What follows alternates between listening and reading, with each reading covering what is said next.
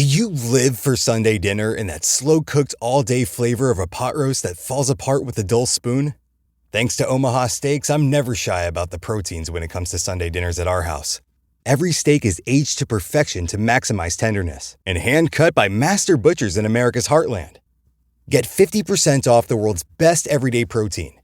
Go to omahasteaks.com for 50% off site-wide during their semi-annual sale. And for an extra $35 off, use promo code YUM at checkout. That's 50% off at omahasteaks.com and an extra $35 off with promo code YUM at checkout. Terms apply. See site for details. Go to https://omahasteaks.com to get 50% off site-wide during their semi-annual sale. And use promo code YUM at checkout for an extra $35 off. Minimum purchase may apply. Darkcast Network. Indie pods with a dark side. On September 12, 1987, 50-year-old Dale Kerstetter clocked into his overnight security shift at Corning Glassworks in Bradford, Pennsylvania. It was supposed to be an ordinary night at a place he'd worked for years, but by the time morning came, Dale was gone, and so was over $200,000 in platinum. Now, almost 40 years later, Dale has never been found, and what happened that night remains a subject of debate. Was Dale the victim of a robbery? Was he forced to help? Or was he involved and then double-crossed? When a person goes missing, there's a special kind of pain in the not knowing. I want to tell you the stories of those who never came home. Today, I want to tell you the story of Dale Kerstetter. I'm Kona Gallagher. And I'm Ethan Flick. And this is And Then They Were Gone.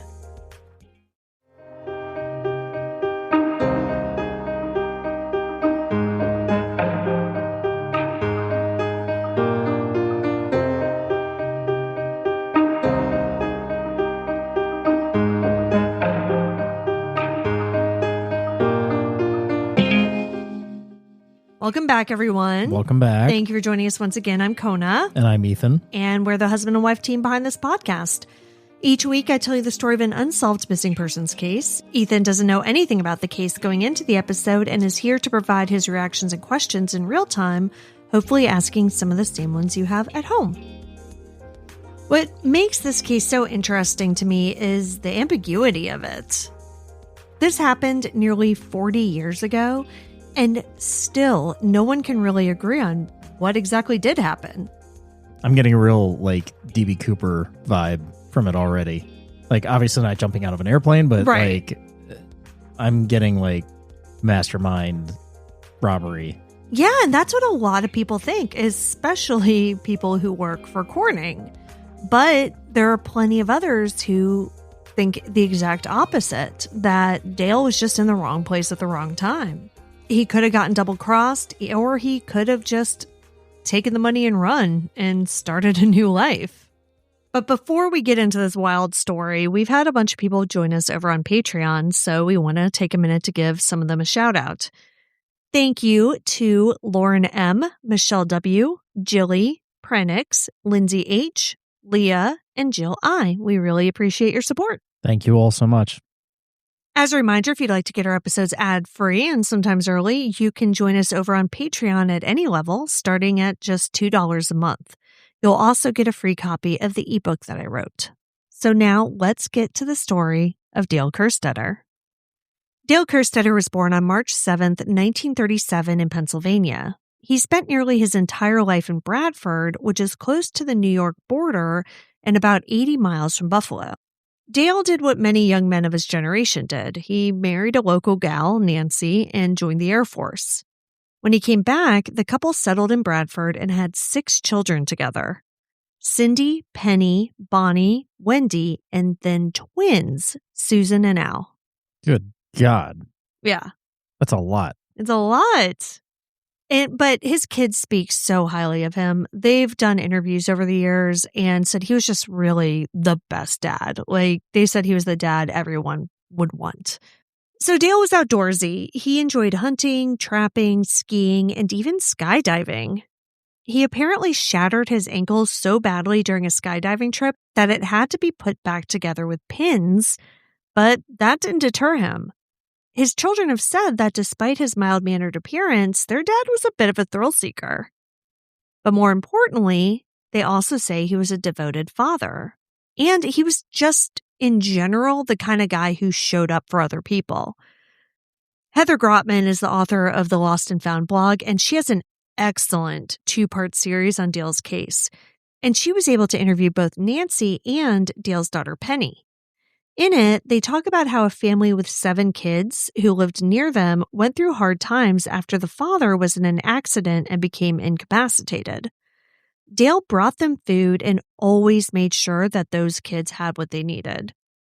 And, that's 7 kids that he was making sure were okay, while taking care of 6 of his own. Right. Yeah. But Dale was loyal, and he was always willing to offer a helping hand. Dale and Nancy were married for around 20 years. Reports vary. I've seen 17, I've seen 22, but they did eventually divorce. The split was amicable, though, and while Nancy hasn't been, super public since all this happened, when she has talked about Dale, she's spoken with fondness. And, obviously this is me 100% projecting, but I just get the impression from the different things that I've read that they're 2 good people who just got married young and, had 6 kids, and it just didn't work out. But they didn't split in a way that would lead to a lot of bitterness or animosity. Dale started working at Corning's Bradford facility in 1959, so by the time this all happened in 1987, he had been there for nearly 30 years and was apparently beginning to think about retirement. Now, when I first learned about this case, I thought that this factory made Corningware, the dishes. When I heard Corning Glass, I just thought about dishes. Oh, I don't. Oh, what do you think of? Plate glass windows? Oh, well, we're both wrong. Oh, all right. According to an in-depth article in Popular Mechanics, the plant produced electronic components, long glass rods that were used to form resistors. Oh, okay. Dale's career at Corning was mainly spent as a journeyman. He was an employee who did whatever was needed. He fixed things, he cleaned, he operated machinery, and just kind of filled in the gaps. Dale did that for decades and made a pretty comfortable living from what it seemed like. But in 1987, the business fell on hard times and they started downsizing. Dale was able to keep his job, but Corning did cut his pay. They cut him from a journeyman to a security guard? He was still he still had his normal job there. They just started paying him less, which is just a wild thing for a corporation to do. Yeah. But yes, they started paying him less. And because of this, Dale began to take on extra shifts as a weekend and overnight security guard at the plant. Okay, got it. From what it sounds like, this wasn't exactly a highly specialized security position. Well, clearly not. Penny recalls being able to just walk into the plant because doors were left unlocked. Cool. On Saturday, September 12th, 1987, Dale arrived at Corning a little bit before 11 p.m. for his overnight security shift. He was relieving another guard, Art Peterson. Art saw Dale and said that everything seemed completely normal. The 2 exchanged pleasantries and then Art left. Now, I've never seen anything mentioned about any other employees who might have been there that night, so I'm pretty sure the overnight security guard just worked alone. Yeah, I mean, I did that fresh out of college before I could get into law enforcement. When did you work as a security guard? I just told you, right after college. And where? Veritas was the company, but I worked at a medical lab or... I feel like we've never talked about this. Yeah, it was a really shitty job. It paid minimum wage, and I just needed money before I could get on with, a real job. Wow. I really don't think I ever knew that. But most of the time, depending on the facility that I was at, it was just me overnight. As a 22-year-old. Yes, as you with do. No real experience no other than real working experience. at Sbarro's. I worked for the university police in college. I mean, not full law enforcement, but... All right, that still seems very unsafe. Look, a month into the job, they offered me a supervisory position. So if that tells you anything about the company. Yeah, not great. So this was also a weekend. So even if the overnight guards didn't always work by themselves, it sounds like they at least did on the weekends. Yeah. Because September 12th, 1987, when this is all happening, was a Saturday.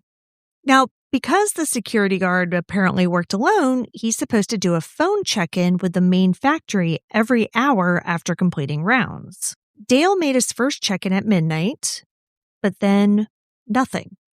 He missed every other check-in, but nobody at the main factory rang any alarm bells or even seemingly noticed that something was potentially very wrong in Bradford.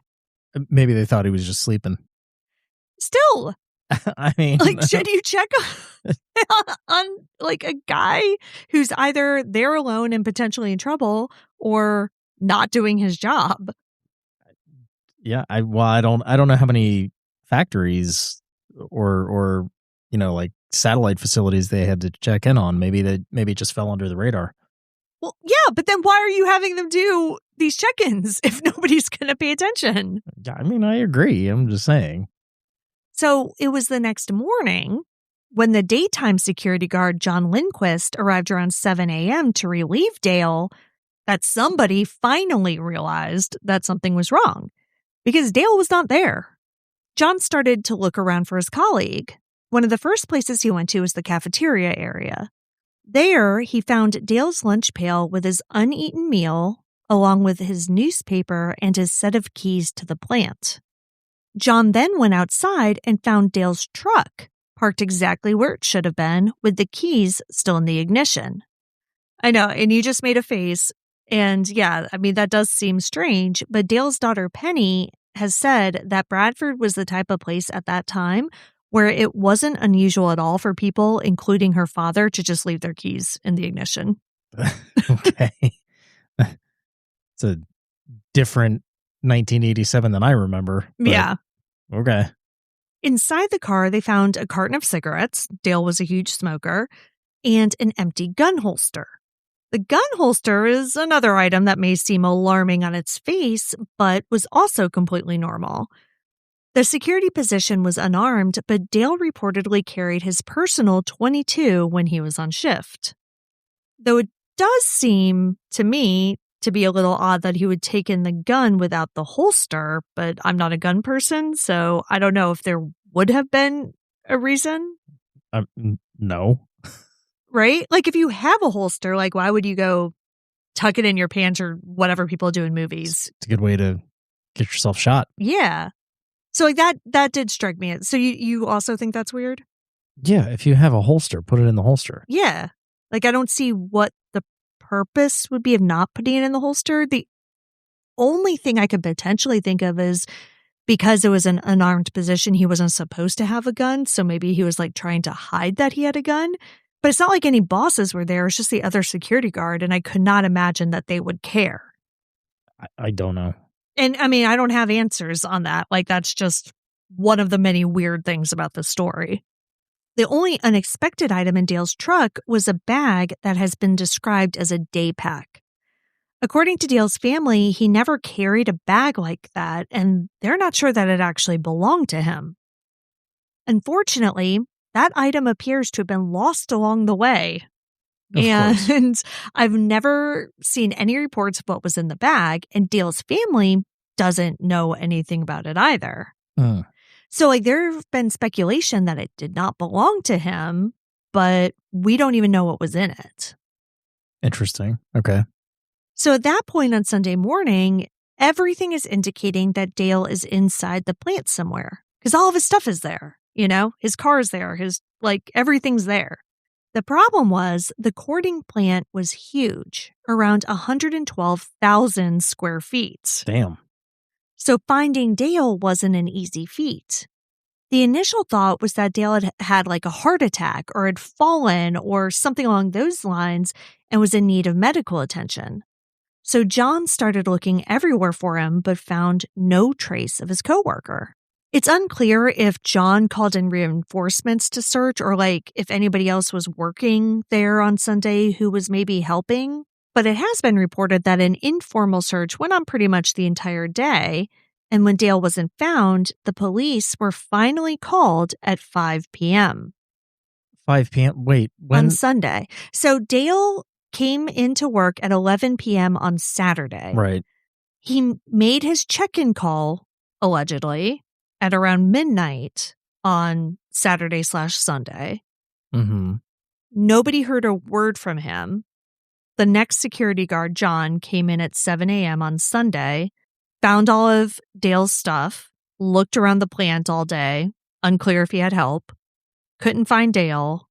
The police were finally called at 5 p.m. on Sunday. So like 17 hours Yeah. after the last check-in. Right. Okay. So when police arrived, they brought dogs with them. The canines were able to track Dale's scent around areas that would make sense for his normal rounds. But they also tracked him to the second floor furnace area, which was known as the tank. And that area apparently wasn't part of his regular rounds. Volunteers also joined in the search, and they looked for Dale in the woods surrounding the plant and a nearby creek. But unfortunately, I don't have an exact time or date for this volunteer search. The articles I've read make it sound like it was that day, Sunday, but I can't be sure. The reason I'm saying that is because the people at Corning didn't seem to be particularly concerned about an employee going missing in the middle of an overnight shift. Patrick Foley was a personnel manager at Corning, and it does sound as though he was the one who finally decided to get police involved at 5 p.m. on Sunday. However, according to Unsolved Mysteries, because this was an episode of Unsolved Mysteries in season 2, so early on, according to Unsolved Mysteries, it wasn't until the next day, Monday, like presumably when Dale was back in the office, because God forbid he interrupt his weekends, that he sat down to look at the surveillance video from the plant. Because, yes, there was surveillance footage, but no one bothered to look at it immediately. Okay. And it showed something huge.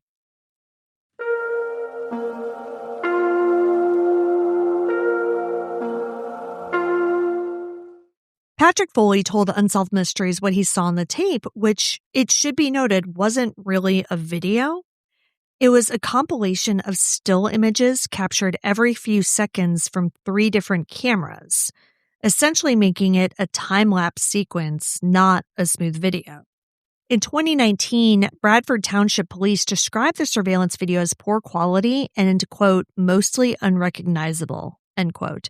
So it sounds like this was a whole thing that I didn't really want to get into the weeds on, but basically the video was like passed from department to department and was tried to like be enhanced, and they just completely screwed it up. Yeah, I was going to say, I mean, even if they didn't try anything, like those videos degrade over time. Yeah, I was just going to say that the quality would have, it just would have degraded naturally, regardless of how they stored it or anything. Right.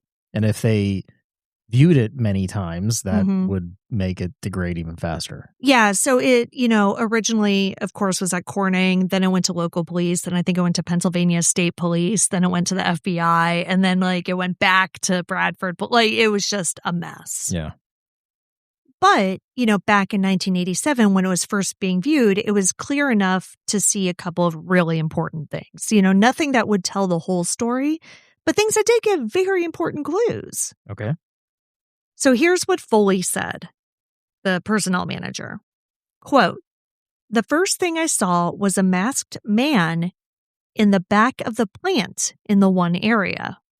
When I saw the masked man on the tape, I was very alarmed. At first, I thought there's been some foul play. Dale's involved in foul play, and he probably is missing. And then Dale Kerstetter came back and met this masked man in the back of the plant. I had a very empty feeling in my stomach. I said, 'What on earth?' And then, as I continued to review the tapes, I saw the masked person come back out and go up to the tank area. Then I was extremely anxious because at that time I realized that not only do we have a missing employee, there was a good possibility that we had missing platinum in the plant. Whoever removed the platinum from the tank was extremely familiar with the plant. Everything in the plant, they knew exactly where to go." End quote. Now, we're going to get into this statement in a moment because there's a lot to unpack there. Yeah, there is. But first, I want to give you a better sense of the timeline. Okay. Popular Mechanics wrote out a timeline according to the timestamp that was on this footage. It begins at 10:45 p.m. on Saturday. Now, this can either be because Dale came in early, which makes sense, or because the timestamp was wrong because of daylight savings or something along those lines. Because remember, this is all analog, right? Somebody would have had to manually set the time. Yeah. You know, whenever we have like old surveillance footage, I never really trust the timestamps to be the actual time. Mm-hmm. But, you know, so take it with a grain of salt. But like regardless, we have durations. You know what I mean? Mm-hmm. So at 10:45, Popular Mechanics says that Dale is walking with a masked man and is captured looking directly at the camera. This is the last time he's seen.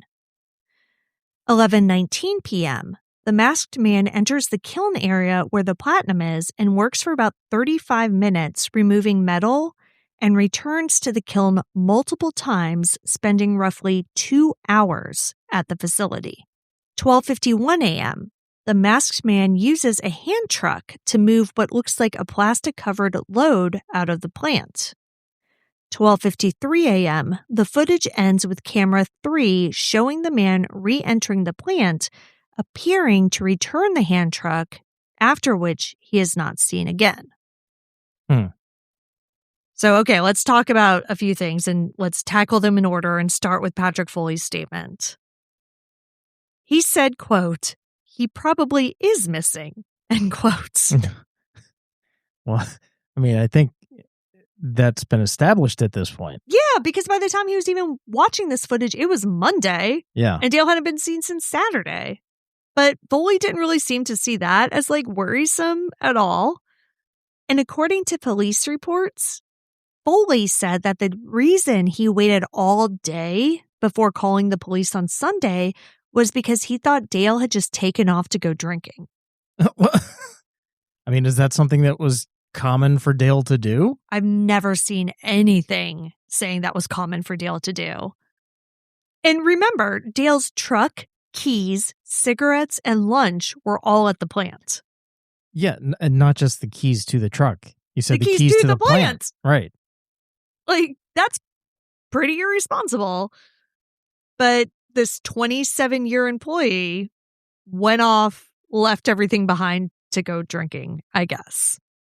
The second thing is that if the timestamps are correct, Dale was last seen on video at 10:45 p.m. Like, literally, it must have been minutes after he had arrived at work. However, it has been reported that he did make his first check-in call around midnight. Right. You said this masked man was there for several hours. Yeah. Which would have that would have taken us past Dale's first check-in. Exactly. Yeah. He was there if the timestamps are correct. If the timestamps are correct, but even if they're not correct, It's still, it would still take us at least up to. Exactly. Yeah. And so even if the timestamps are off by an hour, Dale would have made that check-in call after being seen with the masked intruder. Right. So that begs a lot of questions. Did Dale actually make that call?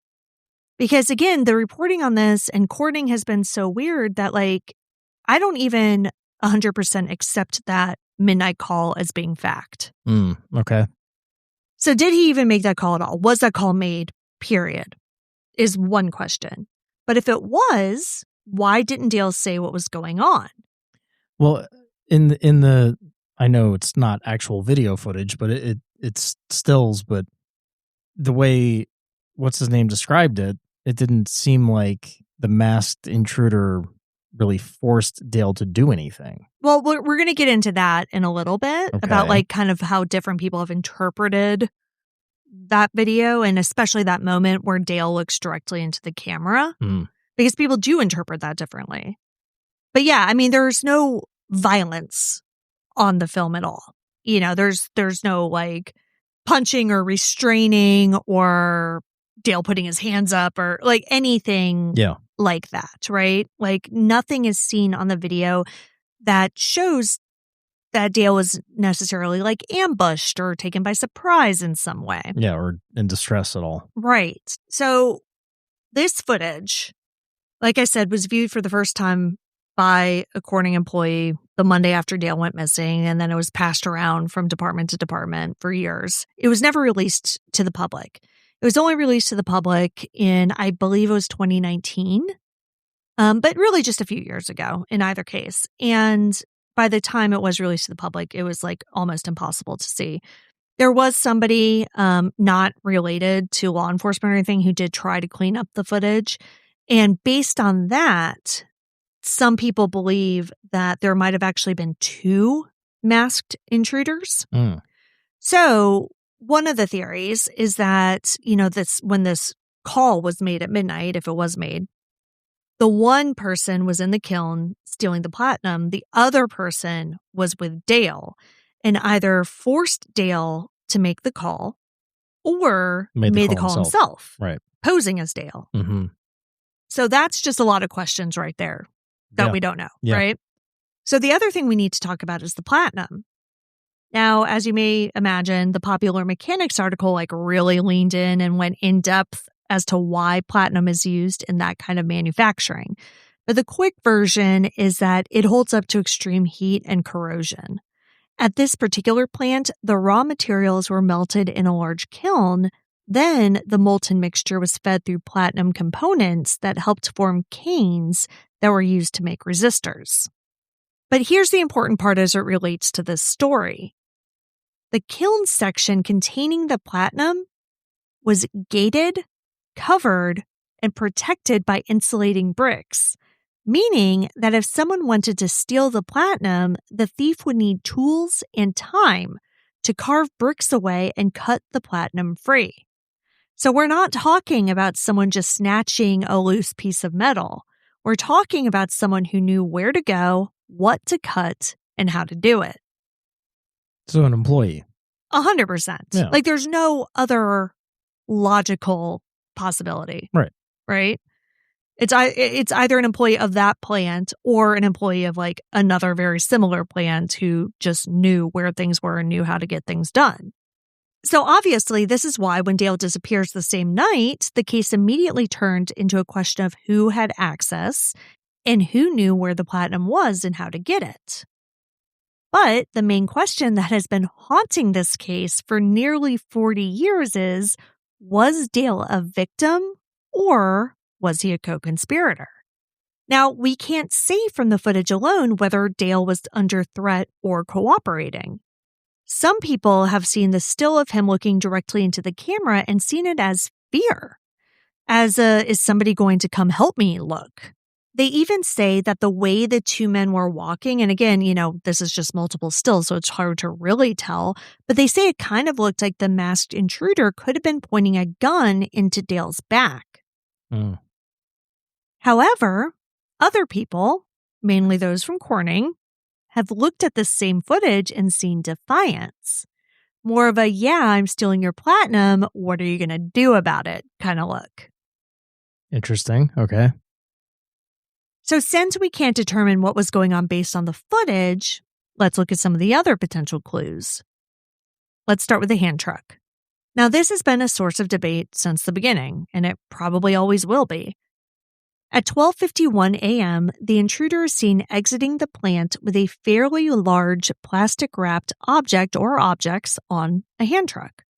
Now, a lot of people assume, pretty much everybody does assume that the stolen platinum was on that hand truck. Right. But some people think that Dale's body could have also been on that hand truck. Lost and Found added a practical point that people often overlook when they're looking into the story. When this all happened, Corning was trying to figure out, how much platinum was taken or whatever. They initially reported that about $400,000 worth of platinum was taken. That was later revised to around $250,000. Now, this is 1987 money, and at the time, $250,000 worth of platinum would have been around 35 pounds, give or take. Light enough to carry without a dolly. Yeah, but how far away was the kiln versus the exit door where it's seen on film? Right, and given that this is over 100,000 square foot facility, probably pretty far. Yeah. But I think more importantly, and again, it's just so hard to see, but it seems as though whatever was on that hand truck was more than 35 pounds worth of metal. Dale, it should be said, was a relatively small man. He was only about 5'4" and 130 pounds. So it is possible and maybe even reasonable that based on the terribly degraded video, both he and the Platinum could have been under that tarp. Some say that Dale was killed and that's how they got rid of his body. Others who believe Dale may have been in on the robbery believe that he could have been hiding under the tarp as a way to make his escape while keeping his involvement ambiguous. I could see either. Yeah. But that leads us to what could have happened to Dale in that plant. And one question that you might have been asking yourself, what about Dale's gun? Mm-hmm. Dale's daughter Penny told Lost and Found that Dale told her he wouldn't patrol alone in that large plant without his .22. So where's the gun?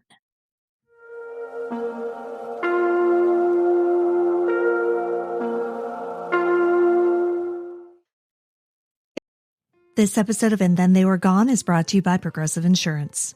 Fiscally responsible financial geniuses, monetary magicians, these are things people say about drivers who switch their car insurance to Progressive and save hundreds. Because Progressive offers discounts for paying in full, owning a home, and more. Plus, you can count on their great customer service to help you when you need it, so your dollar goes a long way. Visit Progressive.com to see if you could save on car insurance. Progressive Casualty Insurance Company and Affiliates. Potential savings will vary. Not available in all states or situations.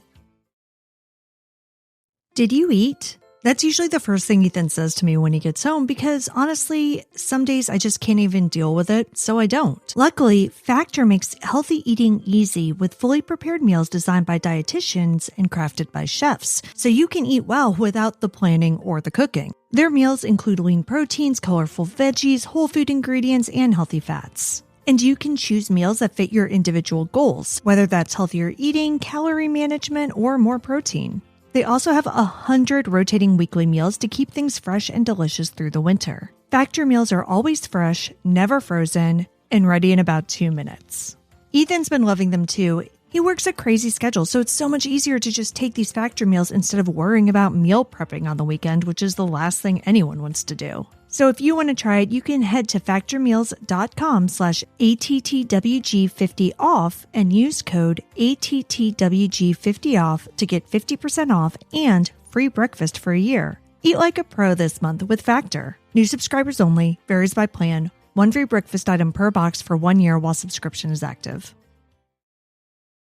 Armoire makes getting dressed easy. With a clothing rental membership from Armoire, you can build the perfect wardrobe with brands that are high quality, unique, and recommended just for you. All you have to do is take a 5-minute style quiz and select items from your personalized closet. Then they show up to your door in as little as 2 days.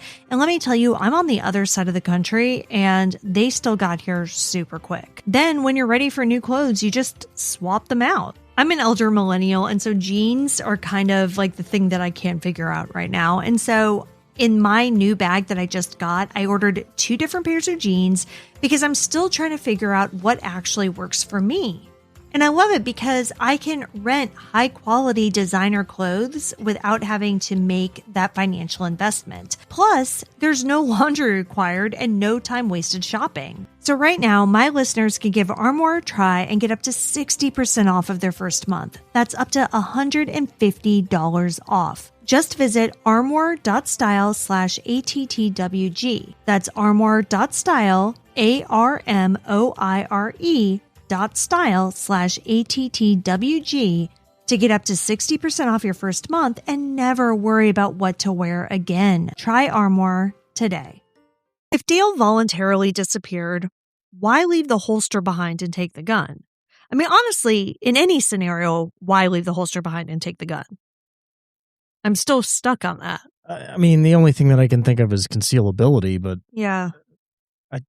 I mean, none of it really makes any sense. Right. So if Dale was confronted, was the gun taken? Was he disarmed? Was he threatened with it? There was no blood found in the factory. There was no evidence of a gun going off or of any other sort of a violent struggle. Some people point to that as evidence that Dale was in on it, but I don't necessarily see that as being true. And this particular part, when we're kind of like talking about what could have happened to Dale and, if that was him on the card and if he was alive or dead, like this part of it was actually a little difficult for me because, like, honestly, I'm rooting for Dale having been in on it and like having just been hiding on that hand truck, because the other scenario reminds me too much of what happened to my friend, Steve Kazi. If you're a longtime listener of the show, you know that right around the time this episode is being released is the 3-year anniversary of Steve's murder. He was attacked at his place of employment and removed from the premises in what's been described as a wagon. His killer is supposed to go on trial this fall, and his body still hasn't been found. But while that asshole did leave physical evidence behind, it's not implausible that something equally as tragic could have happened to Dale that night in 1987. The thing about a .22 caliber gun, 22s are very small, and there's potential, depending on where somebody gets shot, that no blood comes out. Really? Yeah. I mean, it's a really small bullet, and more often than not, there's no exit wound.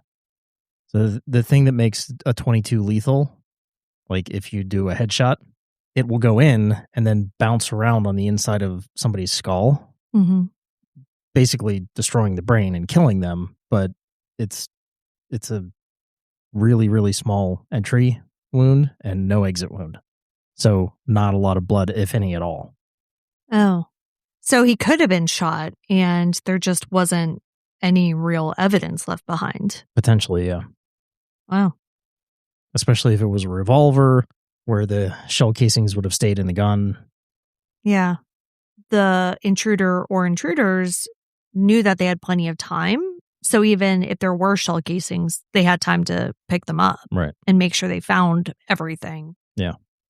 The idea that Dale was the victim of violence was not the position that Corning took.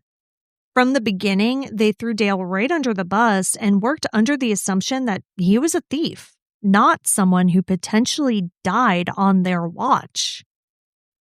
Dale Perry, another personnel employee at the plant, said on Unsolved Mysteries that Dale Kerstetter was a, quote, slow worker, end quote, marginal employee, end quote, which is an interesting way to characterize someone who worked for the company for 27 years and survived what sounded like major downsizing. But all right. Yeah, I mean, like, if he was a slow worker and a marginal employee, why did they keep him? Yeah. When they were downsizing. They could have just gotten rid of him. That doesn't make any sense. Like, this wasn't a government job, you know what I mean? Like, you could just fire somebody. Yeah. To me, the most insane thing about the lack of interest Corning seemed to have in their longtime employee is seen in a short newspaper article that was posted 6 days after Dale's disappearance.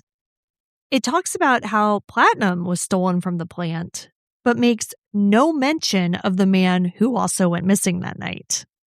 Now, Corning did point to some quote-unquote evidence that led them to believe Dale had motive to steal from his job. Dale was in debt. Investigators believed that Dale was around $30,000 to $40,000 behind on payments, and Popular Mechanics reports on a default notice on a credit card account shortly before his disappearance. However, according to Dale's family, he had savings, stock, and retirement accounts, and that the, quote, he was drowning in debt narrative was just overstated. Plus, he was reportedly as close as 6 months away from retirement, so to his family, he didn't have a motive to steal a bunch of platinum and start a new life. With that said, they didn't seem to be too sure about what had happened to their dad when they filmed Unsolved Mysteries, which I think was about 2 years after his disappearance. Here's a clip from the end of that episode. The woman you hear speaking is Dale's daughter, Penny, and the man is his son, Al. I don't care whether he was involved. That's not going to make me think any less of him or love him any less. What I want to know is what happened. Was he involved? Did he get away with it? Is he dead somewhere? Was he abducted?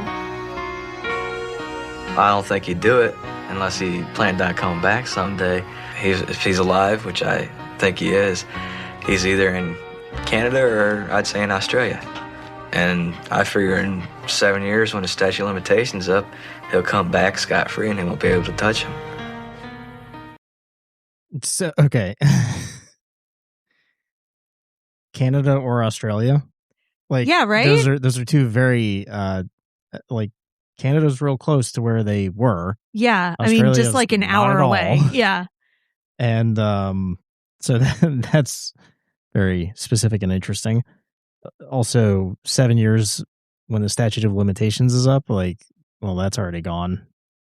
Well, it wasn't at the time. This was only like 2 years. No, I know that. Well, yeah. I'm just saying now. Well, now, for sure. Yeah. And he obviously never came back. Right. So, yeah, I think that the way Al was talking actually made some people think that he knew his dad was in on it and like knew where his dad was.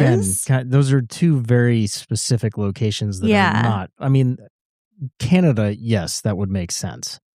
They're close to Buffalo, New York. Buffalo is right by Canada. Like, yeah, it would have been an easy drive. And back then, you didn't need a lot of documentation to cross the border. You didn't even need a passport. Yeah. So, like, yes, it would have been extremely easy for Dale to go to Canada. Australia? Why Australia? I have no idea. And so, you know, like I said, people did think like, okay, what does Al know? But now, you know, it's nearly 40 years later. Dale never showed up in Australia or Canada. And that we know of. And a lot of people just think that Al it was wishful thinking, you know, like he was the youngest. Like he did have a twin, but I think he was like 17 or 18 at this time of Dale's disappearance. And I think he was just a kid who wanted to believe that his dad was out there somewhere alive and was going to come back, you know? Yeah. And so I think it was just wishful thinking. But, you know, the point is that two of his kids 2 years later weren't really sure. Yeah. You know? Right. Because his daughter, you know, said, I don't care whether he was in on it or not. I just want to know. Yeah. They were at least open to the possibility that he could have been in on it. And that might just be wishful thinking on her part as well, right? It could just be the part of her who just, same as Al, hopes that her dad was out there and would come back. Yeah. So, you know, I can't attribute a lot to it either way, but that Popular Mechanics article came out not that long ago, you know, decades after this happened. And Penny did say in it, she's like, listen, I mean, if he did do it, he didn't do it because he was in debt. He didn't do it because he needed the money or whatever, because he didn't.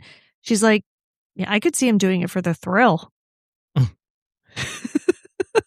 I guess. So it is interesting, though, because you described him as a journeyman. So he was like all over that plant for many years. Yeah.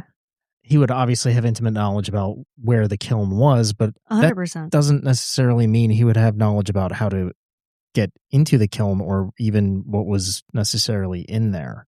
Or that you would need to like cut off these bricks to get to the platinum or, you know. So it seems like if he was in on it, that his accomplice or the masked man was the one that did know that. Yeah, that had like the real technical insider knowledge. I'm wondering if Corning had any other employees not show up for their shifts after that. Yeah, no idea. Like, it's so crazy.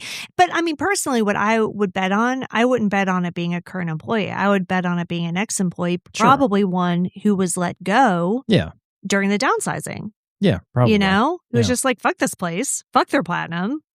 Like, let's do something. And maybe Dale just let him in. Yeah. And that was the extent of his involvement. Right. And then who knows what happened. Well, exactly. So, obviously we'll talk about theories, but yeah. So in 1990, Wendy Kerstetter filed a petition to declare Dale dead to allow benefits for his minor children. Corning was allowed to participate, and unsurprisingly, they opposed the petition. They didn't want to give money to the family of the guy they believed had stolen from them. The Superior Court ended up denying Wendy's request, but not because of any perceived guilt on Dale's part. It was simply because fewer than 7 years had passed, and the court found the evidence didn't establish a specific life-threatening peril as the law required at that stage. Meaning, most states, you have to be missing for 7 years before you can be declared legally dead. Right. That can be moved up, but you have to have a lot of really strong proof that a death did occur and the person isn't just off somewhere. And the court just believed they didn't have enough proof to say that, which I think is pretty reasonable from a legal standpoint.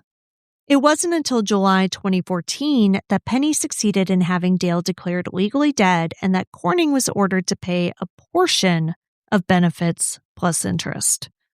Just a portion? Just a portion. Well, this is the most evil corporate greed. Oh, it's disgusting. Like Corning I've ever is horrible in this story. They come off very badly in this story in every regard.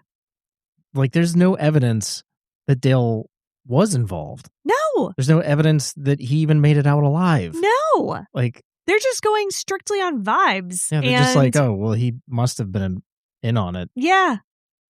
It's awful. I'm glad their stupid platinum got stolen. So yeah, the question of whether or not Dale made it out of that plant alive continues to follow the case today. There have been sightings of Dale over the years, including a few in Bradford. A headless, handless body was also found in Florida that was thought to have been Dale, but it was ruled out by comparison to medical hardware and x-rays. While that doesn't fill me with as much confidence as a DNA comparison, remember that Dale had shattered one of his ankles and doctors had inserted several pins. So if the body in Florida didn't have those pins in the ankle, it would have been pretty easy to rule Dale out. Right. According to Lost and Found, an unidentified man was struck by a train in Norway in September 1987, and this man apparently matched Dale's physical description. So some thought that it might have been him, but Penny says she doesn't believe it was actually her father. A slightly more realistic theory revolves around one of the many gas wells that were in the Bradford area. According to Lost and Found, Dale had a friend who always seemed to have a lot of money but no clear way of having earned it. He had moved to Florida shortly before Dale went missing, and he later spoke to Penny about what he believed happened to Dale. And before we even get into it, the police did investigate this guy and determined he was not involved. So anyway, what he told Penny was that he had overheard an employee of his, a man named Ollie, talking with Dale while they were out drinking about how easy it would be to steal platinum from the plant.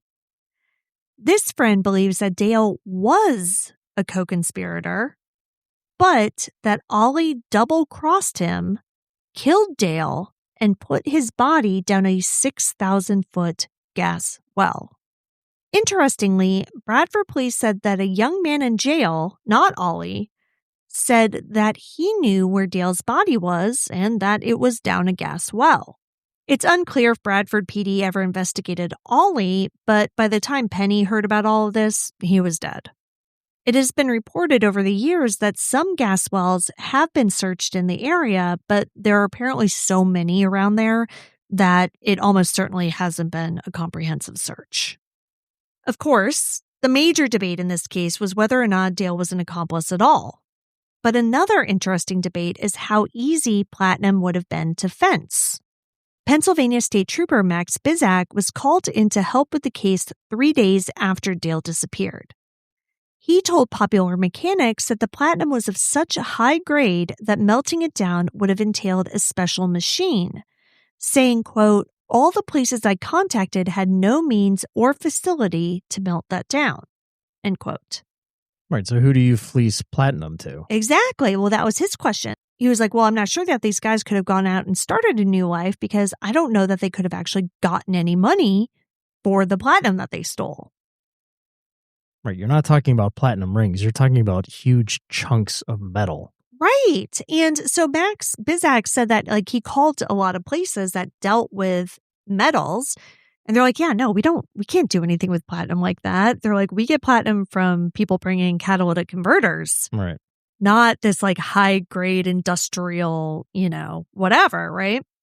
However, there had actually been several similar platinum thefts, some at other Corning plants. Just a month before the Bradford heist, $85,000 worth of platinum was stolen from a plant in Solon, Ohio. A night watchman vanished along with it. Now, this wasn't a Corning plant, and the watchman worked for Brinks, but it was believed to have been an inside job. Lost and Found 9 incidents of platinum being stolen from plants, starting with a theft from Owens Corning Fiberglass Corporation in Ashton, Rhode Island in December 1960. In that theft, 15 hollow blocks of platinum used in the manufacturing process, valued at around $150,000, were stolen from a storage building. Other Corning plants were hit in several different thefts in 1970 and 1973. In November 1987, just months after the theft from Dale's plant, the Rocky Flats nuclear plant in Colorado had $25,000 worth of platinum stolen from it. Then, a platinum theft ring was discovered in Exton, Pennsylvania. This led to the arrest of 7 people who had stolen more than $2.5 million of platinum from 1990 to 1996. This was also an inside job, with 3 employees stealing the platinum and melting it down at the plant before giving it to others who sold it. Now, we do know that, like all the machinery in Dale's plant was, of course, looked at, and based on that, it was determined that the platinum had not been melted down there. I don't know if that's because the machinery hadn't been used, if there just hadn't been enough time, but they did determine that that is not what happened in this case. But a lot of platinum was getting stolen from a lot of plants over decades. Yeah, so I mean, I guess there was a market for it. It was going somewhere, Yeah. So the perpetrator or perpetrators could have been a disgruntled employee with a plan, or they could have been a professional crew targeting a valuable industrial material, or both. So, was Dale the villain or the victim in this story? Now, some of the things that support the idea of victimhood are pretty basic. He's never been seen after nearly 40 years. He had a good life that was full of family and friends, all of whom he left behind, including his son Al, who was a teenager and who was still living at home with him. After Dale's disappearance, Al had to move to Texas with his mother and uproot his entire life. Dale left all of his personal belongings behind. He also left personal items behind at the plant, including his uneaten lunch. And remember, there was also a carton of cigarettes left in his truck, and Dale's family could not fathom him choosing to leave that behind. Like, he was a huge smoker. And they were like, even if he was stealing all this platinum, he would have taken the cigarettes. Yeah, why wouldn't you? Why wouldn't you?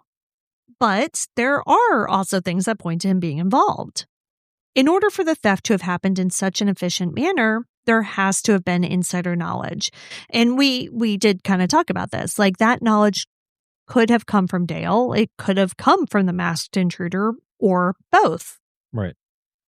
But if the masked intruder was a current or former employee, there was a good chance that Dale would have recognized him.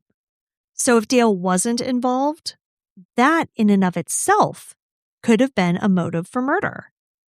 And that would point back to obviously Dale being an innocent victim. Now, the missing gun is troubling as well. Dale didn't use it. I mean, at least we don't have any proof that he used it. But is that because he didn't want to? Or Is it because he felt that he couldn't? For instance, because the intruder had his own gun pressed into Dale's back. I don't think forensics really says anything one way or the other. Like, yes, there's no giant pool of blood or anything that would directly point toward foul play, but as you mentioned, there might not have been. Right. It was also 1987, and forensic examinations were nowhere near as thorough as they are today. Plus, the crime scene was huge, and frankly, the investigation didn't seem that thorough. There could have been a lot of evidence that pointed toward foul play that was simply missed. Yeah, I mean, you also said that, the masked man was in there for several hours. He could have cleaned up the crime scene. Exactly. And like you said, if nobody was looking that hard, they would have missed it. Right. They weren't spraying luminol down. They weren't, doing these advanced techniques in order to find a crime scene that had been cleaned up. Like, that just simply wasn't done. Yeah. So what's your theory? What do you think happened? I think he was involved to an extent. I think that his involvement was only to let the masked person in, who then, as you said, was probably a former employee who had convinced Dale to let him in. I'll be there for a couple of hours. Nobody will notice, something along those lines. And probably, gave him some sob story about being down on his luck. And Dale was like, well, all I have to do is open this door, let the guy in, look the other way, and this guy will make off with some money or whatever. And he'll be set. And, whatever. I can say whatever. Like, the guy showed up and had a gun. I went to, saw him on the camera, went out back to investigate. He put a gun in my back and went in and stole a bunch of stuff, and then he left. Dale still keeps his job. He retires. That guy makes off with money and he's set. But somewhere along the way, he was double-crossed and got killed. Do you think that Dale made it out of that plant alive? No. So you think he was killed inside of the plant? Yeah. So I pretty much agree. Honestly, like, that's basically my theory too. I believe that the man offered Dale a cut of the money, but I don't think that Dale even really cared that much. I think he would have been happy to take the money because, why not? Sure. But I think that it was more of a, let's stick it to the man kind of situation. Yeah. Corning had been treating their employees terribly, from what it sounds like. They had cut Dale's pay. And, if they're saying all this stuff about him after he goes missing, right, then, how are they treating him when he was actually there? I can't imagine it was a great place to work, full of respect for the employees. Yeah, and I'm sure Dale was just biding his time until his retirement. Yeah, and I think the point that you brought up really fits, and it's not one that I thought about, with the guy giving Dale a sob story. And I think that could really tie back into when his neighbors were going through that thing and he really wanted to make sure that they were okay. I can see Dale being moved by something like that and be like, yeah, you know what? Fuck it. Let's do this. Let's do it. All I have to do is open a door. You come in, do your thing. I'll tell him that you were armed. You'll leave, and nobody will know it was you, and you can fence this stuff, and you've got money, and I'll just retire after however many months he had left or whatever. Exactly. And plus, it also kind of fits in with his kids saying that he was a thrill seeker, right? So he could have been like, yeah, this sounds awesome. Let's do a heist. Yeah. To finish off my career. Yeah. Yeah. And then I'll just leave, collect my pension, and just live. But yeah, I think that's the point, though. Let me collect my pension and then just live.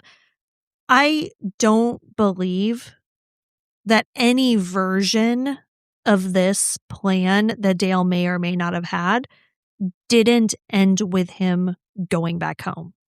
I don't think there was ever a plan where he was going to fence the money and live off in Australia or Canada. It also wasn't that much money. I mean, yes. In 1987, I mean, that was like a lot of money. But I mean, not like an insane amount of money, though. Yeah, but I think it would have been enough for him to, live comfortably somewhere alone. But I just don't get the sense that that's the type of guy he was. No, and I also think that if he had done something like that, he probably would have figured out a way to reach out to his family to let him know. Yeah. Maybe not the ex-wife. Yeah. But certainly his kids. Exactly. Like, I just don't see him as the type of guy who would make sure another man's kids were taken care of after he had an accident, but then put his own 6 children through the torture of wondering what happened to their father. It just doesn't fit. It doesn't make any sense. Yeah. And so I think you're right. I think he was double-crossed. I think he probably is in a gas well or something like that somewhere. I mean, whether he made it out of the plant or not, I don't know. But I think that he died shortly thereafter, which is just such, I really wish he would have just gotten, it's one of those stories, I wish he would have just started a new life. It just, unfortunately, just doesn't seem to fit with his character. Yeah. Because, I'm on board with the plan. And listen, I don't want to make light of it because I do think at the end of the day, this was a tragedy. Yeah. Dale didn't deserve to die. He didn't. Even if he was in on this 100%, even if he was planning on spending all of that money, again, he didn't deserve to die for it. Yeah. And the way this corporation behaved after he worked for them and labored for them for 27 years. It's despicable. It is. It's disgusting. Right. The way they fucking talked about him. Oh, God. It was so infuriating watching that episode. And then, reading the articles too. Yeah. To have no evidence pointing one way or the other, and they just jump to, well, this employee was clearly a shitbag and stole from us. Does that help your insurance or something? Is it helping your bottom line because you don't have to fucking pay out his life insurance or his retirement or anything? So he was just numbers. Yeah, you. That's all it was. This case is almost 40 years old. We, sitting here, don't know what happened to him. Every piece of evidence in this case is up for interpretation. Nothing's really solid, usually if you have surveillance footage, you can at least say, okay, well, that happened. But even here, you really can't. But what isn't up for interpretation is this. Dale Kerstetter never came home, and somebody knows why, and that person is still out there.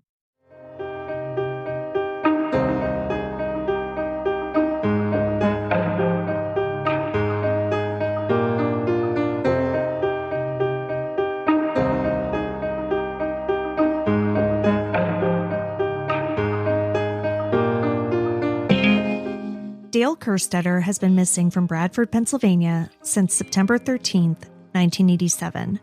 He was a white male with gray hair and brown eyes. At the time of his disappearance, he was approximately 5'4" and 130 pounds. Dale was 50 when he went missing. He would be 89 today. If you have information about Dale Kerstetter's disappearance or the platinum theft at Corning Glassworks, you can contact Pennsylvania State Police at 814-938-0532. You can see all the sources for this episode along with photos and videos at our website, andthentheyweregone.com. And be sure to follow us on social, And Then They Were Gone Pod on Facebook and at ATTWG Pod on Instagram and TikTok.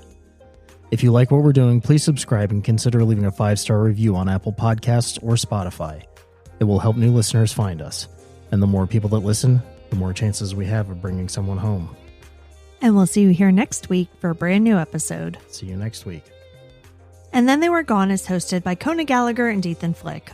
All research, writing, and editing is done by me, Kona Gallagher. Theme music is The Stork by Ketsa. Additional music is provided by Kai Engel. And Then They Were Gone is a Little Monster production. Hey, you can do it!